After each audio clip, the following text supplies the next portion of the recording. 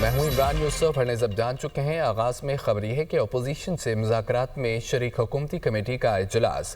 Senator Irfan Siddiqui یہ کہتے ہیں کہ جوڈیشل کمیشن کے بننے یا نہ بننے کا فیصلہ ابھی نہیں ہوا. مذاکراتی کمیٹیوں کی اگلی نشست 28 جنوری کو ہوگی. پی ٹی آئی نے چوتھے دور میں شرکت جوڈیشل کمیشن کے قیام سے مشروط کر دی ہے. تفصیلی احوال اس رپورٹ میں جانتے ہیں. حکومتی مذاکراتی کمیٹی کی دوسرے روز بھی طویل بیٹھک. پی ٹی آئی کے پیش کردہ مطالبات پر تفصیلی غور. علی امین گنڈاپور کے بیان کو تحریری جواب میں شامل کرنے کا فیصلہ. اسپیکر چیمبر میں ہونے والے اجلاس میں اسحاق ڈار، اعظم نذیر تارڑ، عرفان صدیقی، رانا ثناء اللہ، نوید قمر، عبدالعلیم خان، فاروق ستار، اعجاز الحق، خالد مگسی اور چودھری سالک شریک ہوئے. حکومتی کمیٹی علی امین گنڈاپور کے بیان کو تحریری جواب کا حصہ بنائے گی. ذرائع کا کہنا ہے علی امین گنڈاپور نے تیسرے اجلاس میں تسلیم کیا تھا 9 مئی کے واقعات میں ہمارے کچھ لوگ گمراہ ہو گئے تھے. اجلاس کے بعد میڈیا سے گفتگو میں سینیٹر عرفان صدیقی بولے مشاورت کا عمل جاری رہے گا. بہت سے معاملات زیر غور آئیں گے. 28 جنوری کو تحریری جواب دیں گے. یہ عمل جاری رہے گا اور صرف یہی معاملات نہیں ہیں، اور بھی بہت سے معاملات ہیں. ہم ڈسکس کرتے رہیں گے. مذاکرات ہی سیاست میں اور جمہوریت میں ایک بنیادی ایلیمنٹ ہوتے ہیں. مذاکرات نکل جائیں تو پھر تو چپلش ہوتی ہے. دوسری جانب پی ٹی آئی مذاکراتی کمیٹی کے ترجمان صاحبزادہ حامد رضا کہتے ہیں جوڈیشل کمیشن کے اعلان کے بغیر چوتھی نشست میں نہیں بیٹھیں گے. بیرسٹر گور کا بھی کہنا ہے بانی پی ٹی آئی کے احکامات ہیں، اگر جوڈیشل کمیشن نہیں بنتا تو مذاکرات نہ کیے جائیں. ناظرین، وزیر دفاع خواجہ آصف یہ کہتے ہیں کہ 9 مئی پہلے ہی کلیئر ہو چکا ہے. لوگوں کو سزائیں ہو چکی ہیں. 9 مئی پر لوگوں نے اعتراف جرم کر لیا. بتائیں تو صحیح کہ یہاں جوڈیشل کمیشن نے کیا تحقیقات کرنی ہے. پارلیمنٹ ہاؤس کے باہر میڈیا سے گفتگو کرتے ہوئے انہوں نے کہا ہے کہ سول نافرمانی پی ٹی آئی کی پرانی حکمت عملی ہے. ان کے مطالبے پر کسی نے ایک دمڑی بھی نہیں روکی. لوگوں نے بجلی کے بل روک کر بجلی بند کرنی ہے. بیرون ملک بیٹھے پاکستانیوں نے اپنے ملک پیسے بھیج رہے ہیں. 3 حملے بھی کر کے دیکھ لیے، آخر میں ترلوں پر آ جاتے ہیں. انہوں نے کہا ہے کہ میرا نہیں خیال کہ انٹرنیشنل لابی پاکستان کے بارے میں کوئی سٹینڈ لے. پی ٹی آئی کے یوٹیوبر ساری رات نوٹ چھاپتے رہے کہ آج اعلان ہونا ہے. ایلون مسک نے صرف پاکستان نہیں بلکہ باقی ممالک کو بھی ٹارگٹ کیا ہوا ہے. ایلون مسک کے بیانات کو امریکہ کے ساتھ تعلقات کے تناظر میں دیکھنا چاہیے. بھی لوگوں کو ہو چکی ہیں، لوگ آئیڈینٹیفائی ہو چکے ہوئے ہیں، لوگوں نے کنفیشن کر دی ہوا ہے، اعتراف جرم کر دیا ہوا ہے لوگوں نے.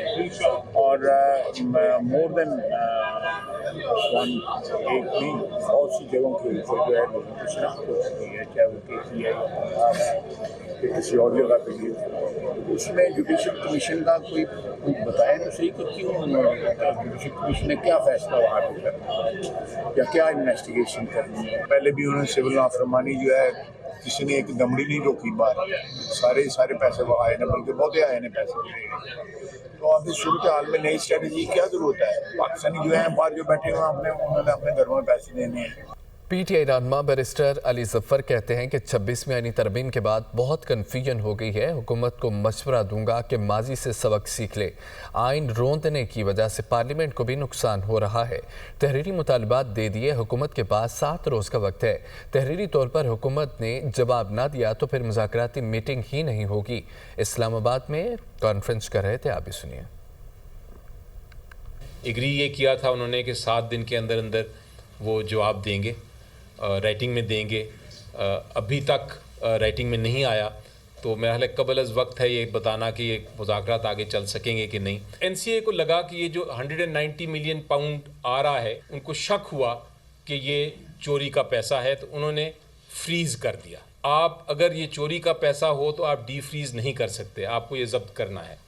جب یہ ڈی فریز کیا NCA نے تو اس کا مطلب یہ ہوا کہ یہ چوری کا پیسہ ان کے مطابق نہیں تھا. یہ پیسہ کس نے فریز کیا؟ NCA نے 2018 میں. نیب نے یہ کہا کہ یہ کابینہ نے فیصلہ کیا تھا، عمران خان صاحب کی کابینہ نے فیصلہ کیا تھا کہ اس کو ڈی فریز کریں. جو پیسہ 103 ملین پاؤنڈز پاکستان کے سپریم کورٹ کے اکاؤنٹ میں آیا وہ بھی کابینہ کے فیصلے سے پہلے آیا. بانی پی ٹی آئی کے وکیل فیصل چودھری کا کہنا ہے کہ بانی پی ٹی آئی کے احکامات ہیں کہ اگر جوڈیشل کمیشن نہ بنا تو مذاکرات میں نہیں بیٹھیں گے۔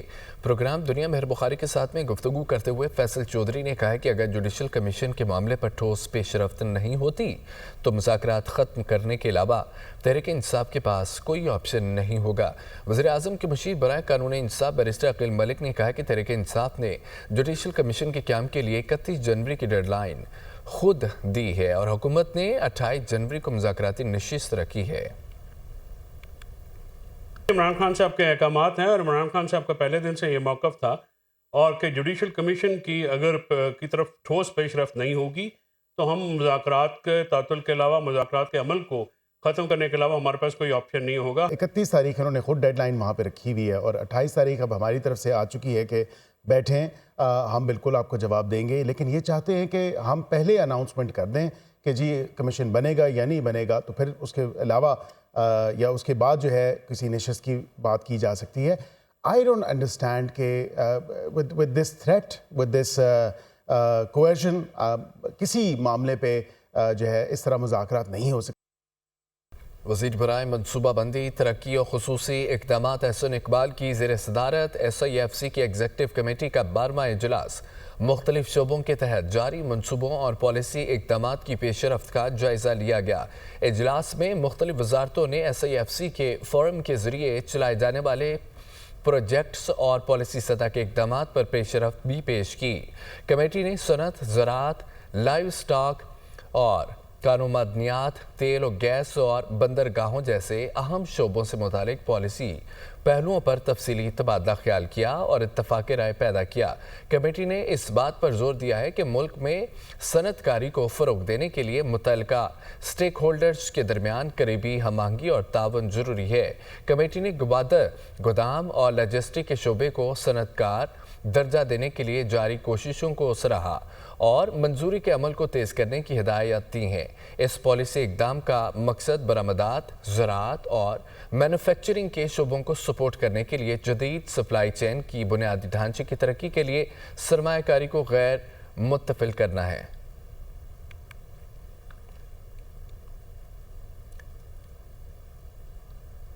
عالمی منظرنامے سے خبر یہ ہے کہ ٹرمپ نے بائیڈن کی جانب سے اوول آفس میں ان کے لیے چھوڑا گیا خط پیش کر دیا ہے۔